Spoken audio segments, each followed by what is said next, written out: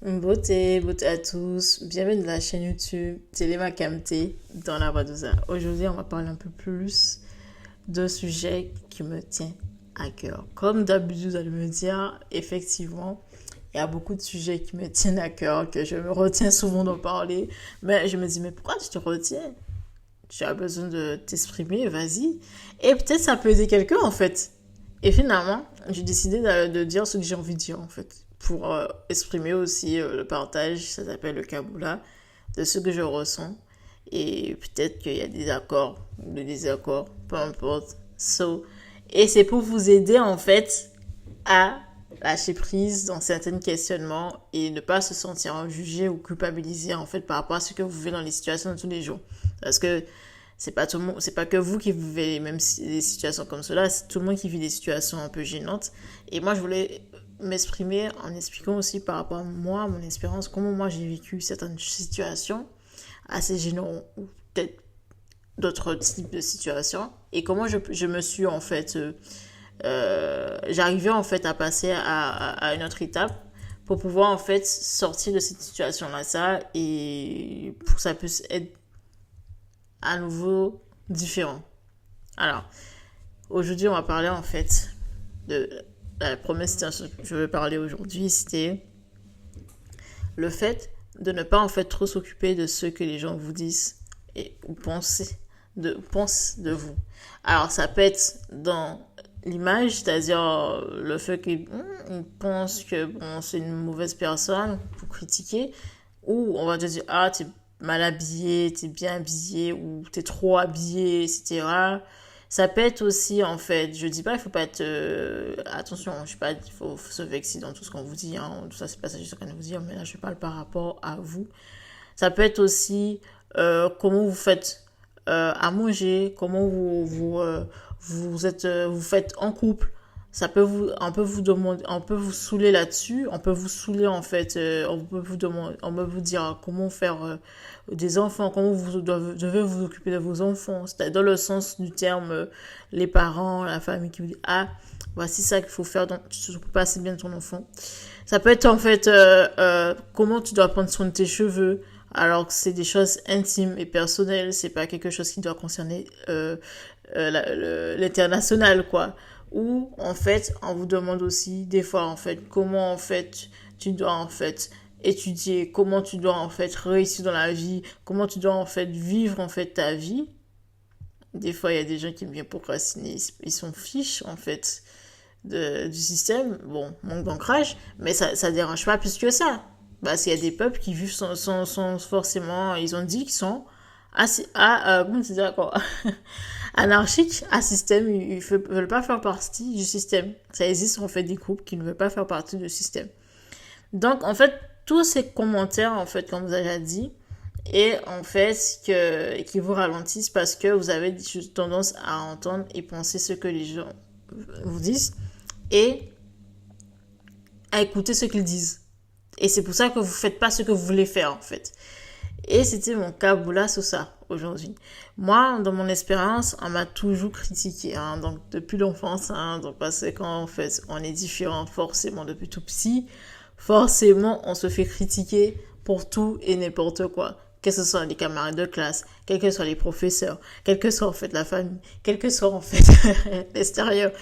Mais j'arrivais quand même à me démarquer parce que j'avais une différence, c'est d'être moi-même et être très éveillé en fait, c'est-à-dire éveillé comme enfant, éveillé comme ado, éveillé, toujours un peu à part, toujours en train de faire ses affaires à sa manière. Ça s'appelle l'identité ou la personnalité. Et en fait, ça m'a créé en fait des fois en fait des petits conflits. Voilà, parce que les gens ne comprenaient pas forcément que j'avais pas envie de faire ce qu'ils voulaient que je fasse. Et j'avais ma vie à faire parce que j'avais déjà compris que j'avais déjà un chemin à faire dans ma tête. C'était comme si c'était un chemin, même si je ne voyais pas trop le chemin où j'allais, mais je savais qu'il y avait un chemin. C'est-à-dire comme tu sais que tu as une étoile, tu suis l'étoile, tu vas pas forcément en fait suivre l'étoile de quelqu'un d'autre en fait. Tu sais déjà en fait où tu vas en fait. T'as pas besoin en fait forcément que les autres te disent quoi faire. Même si t'as raté un chemin et t'as trébuché, et alors, on s'en fiche. On s'en fiche de si en fait comment dire, ton commentaire ou tes commentaires négatifs parce que, en fait, t'as raté un chemin, on va te dire que, ouais, je t'avais dit de pas aller là, parce que tu as pas fait ça, parce que tu as raté le truc. Excusez-moi. À un moment donné, il faut arrêter parce que le but de la vie, c'est quoi en fait finalement les punkies.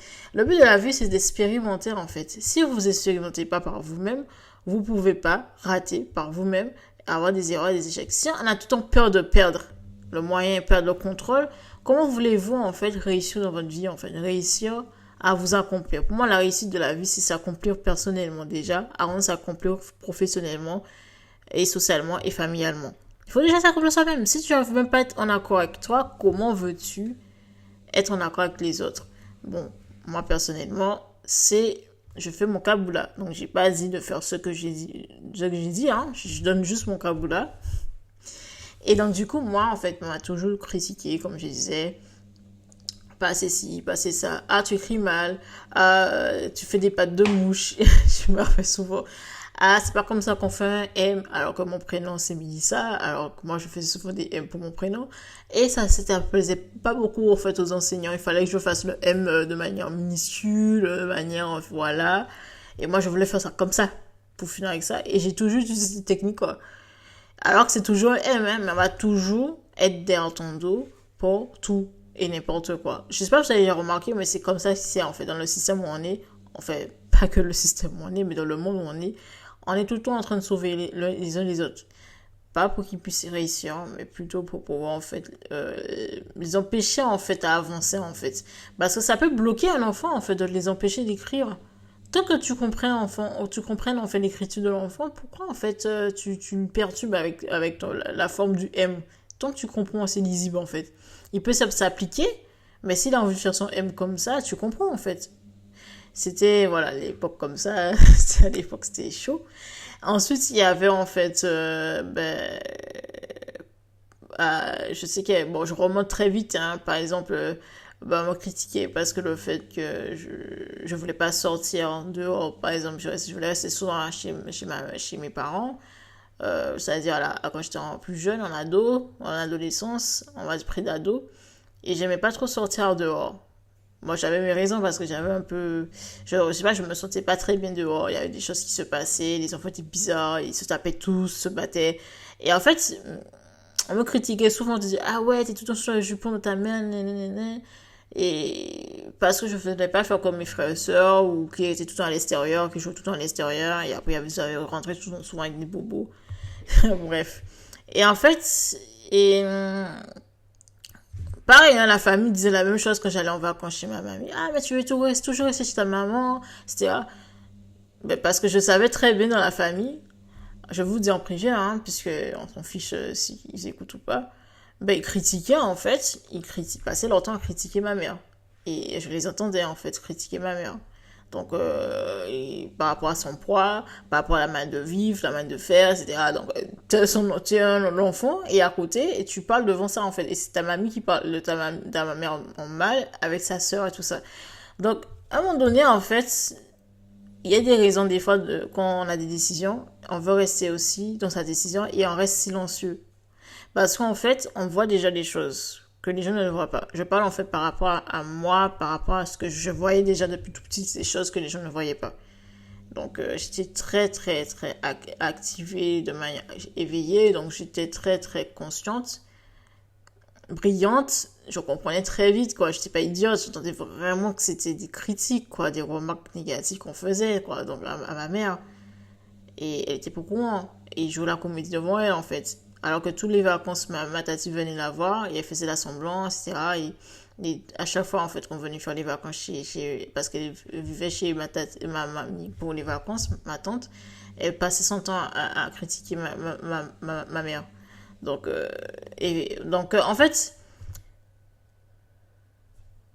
bah, le monde n'est pas si simple. Bon, ensuite, après ça, on avance. Après ça, en fait, il y a eu des moments où on m'a dit que, ouais,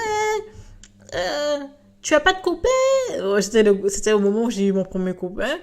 T'as pas de copain, etc. Je parlais en fait des gens de mon âge, parce que je sortais pas en boîte comme tout le monde, parce que c'est moi au final qui voulais pas sortir. Des fois c'était les parents, des fois j'ai dit bon finalement quand je voyais en fait au lycée que c'était chaud, Et elle dit non, c'est bon, ça ira. Donc en fait, on me jugeait pour tout et n'importe quoi. Parce que je sais pas, je pense qu'il y a des fois, il y a des gens qui n'arrivent pas à t'atteindre. Ils essaient de t'attaquer par rapport à ton estime de soi. Et à l'époque, je manquais de confiance en moi. Et en fait, après ça, en fait, quand j'ai eu mon couple, parce que j'écoutais en fait les fiances de tout le monde, j'avais pas envie d'être en couple. Donc ça, c'est pas pareil. J'avais pas envie. Donc du coup, c'est là où il y a eu les 6 années de l'ex qui était PN. Et voilà. Donc, et même encore, même si je voyais qu'il était bizarre, mais je voulais l'aider. Mais à l'époque, j'étais naïf. Donc, à l'époque, j'étais naïf, je connaissais pas les relations. Mais même si qu'on critiquait dans ma famille le gars, moi, je voulais faire. Et c'est pas parce qu'en fait, qu'on critique. Ouais, moi, je trouve ça malsain de critiquer la personne que tu sors avec, quoi. Tu es en couple et tu aimes la personne. Si ta famille le critique, c'est que ils sont malsains eux-mêmes, en fait. Parce que quand même, au départ, on était quand même bien, quoi. Et c'est un choix. Donc, c'est un choix, en fait, que j'ai prise, quoi. Si j'avais fait le choix de faire un tatouage, je pense pas que ça va changer la vie de mes parents, de tout le monde, en fait. Si j'avais pris le choix, en fait, d'avoir un enfant, à 16 ans, j'aurais pu vouloir faire l'enfant à 16 ans, ça, je pense pas que ça dérange les gens. Même si je bavais, etc. Mais peut-être c'était pour avoir une espérance de quelque chose que je voulais. Bon, je voulais pas d'enfant tout ça, hein, donc c'est pas ça que je disais. Hein, donc. Mais des fois, en fait, il y a des enfants, en fait, des fois, ils ont compris, en fait, tu vois, ils s'ennuient, ils veulent faire un truc et passent par une autre étape. C'est pas genre, en fait, je dis pas, en fait, faut pas forcément dire à vos enfants des trucs comme ça, mais faut pas les bloquer non plus. Sinon, forcément, ça va les empêcher de faire ce qu'ils doivent faire, en fait.